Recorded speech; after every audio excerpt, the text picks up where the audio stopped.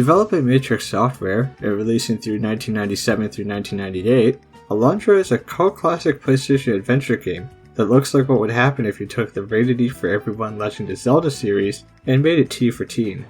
A little darker, a bit more story, a bit more difficult, and a decent amount of added platforming. This spiritual follow-up to the Sega Genesis game Landstalker is much more than a simple clone of the Zelda formula. There's a good reason it's fondly remembered, so let's take a look at what makes it stand out.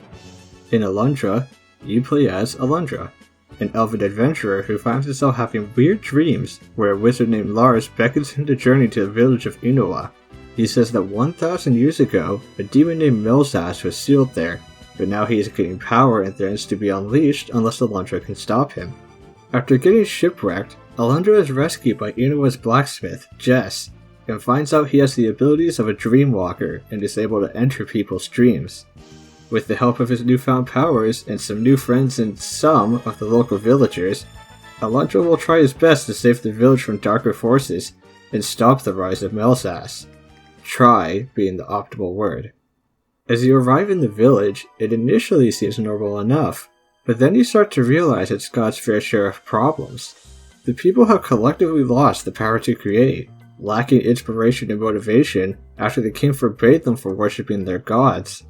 Villagers are plagued by nightmares, and they're frequently dealing with the local monster population of the Murg. Just the blacksmith and Septimus the Scholar are friendly towards you, but other members of the village won't be as welcoming, and may start to blame you when new problems befall them. I said Alundra would try his best to save the village, but he won't always succeed. As you play, you'll certainly have some victories and save some people, but sometimes things just don't work out that way. There are some real themes of grief and the power of faith in this game. The tone is also seen in the graphics, or at least the color palette. Instead of being bright and colorful, Alundra goes for more muted and somber colors. I hope you like brown and grey, cause you'll be seeing a lot of it. Not to say Alundra looks bad though. Far from it, as its sprites look pretty good, especially when you get to its larger boss fights by the end, or the more fantastical environments. I also like the little portraits each character gets when you talk to them. They look pretty good, and it helps you remember who's who in a village of people. Also of note, while Alundra's sprite seems to be blonde in-game, in all the official artwork and the game's anime intro, he seems to be a redhead. Not really important, just thought I'd mention it. The graphics themselves are good for the PS1, and while I could kind of complain about a certain aspect of them, it's more of a gameplay issue. Aside from the graphics, the music here is also good for the most part. Some really good adventuring tunes that make you feel like you're going on a grand quest, paired alongside some somber tracks to match the grimmer tone. There are one or two that may grow to annoy you.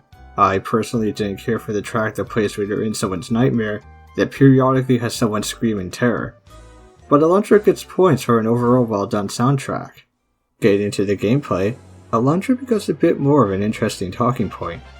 It's not a stretch to say Alundra closely resembles the 2D entries of the Legend of Zelda franchise, featuring a blonde, elf boy with a sword journeying around an overworld, going through dungeons and collecting a variety of items to act as puzzle solutions.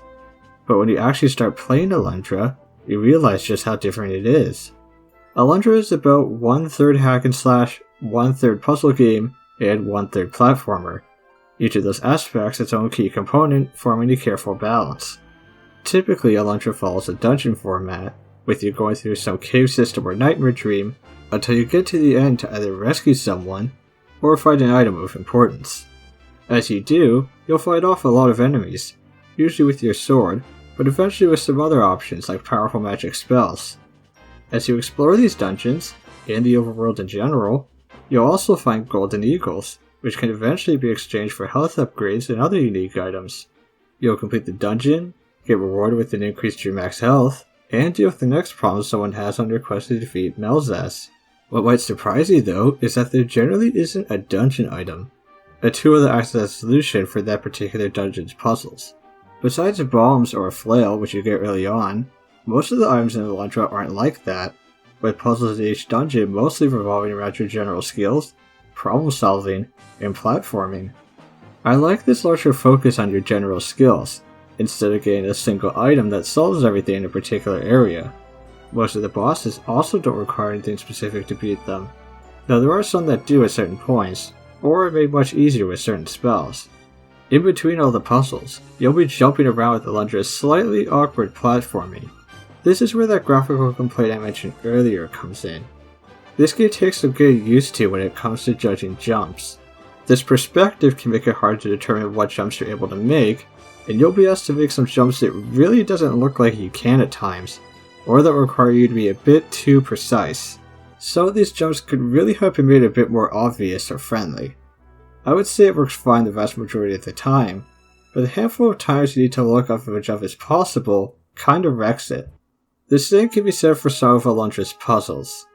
Most of the time, Alundra has some good puzzle designs, but some of them are a little infamous for their solutions, one of them being right at the start of the game.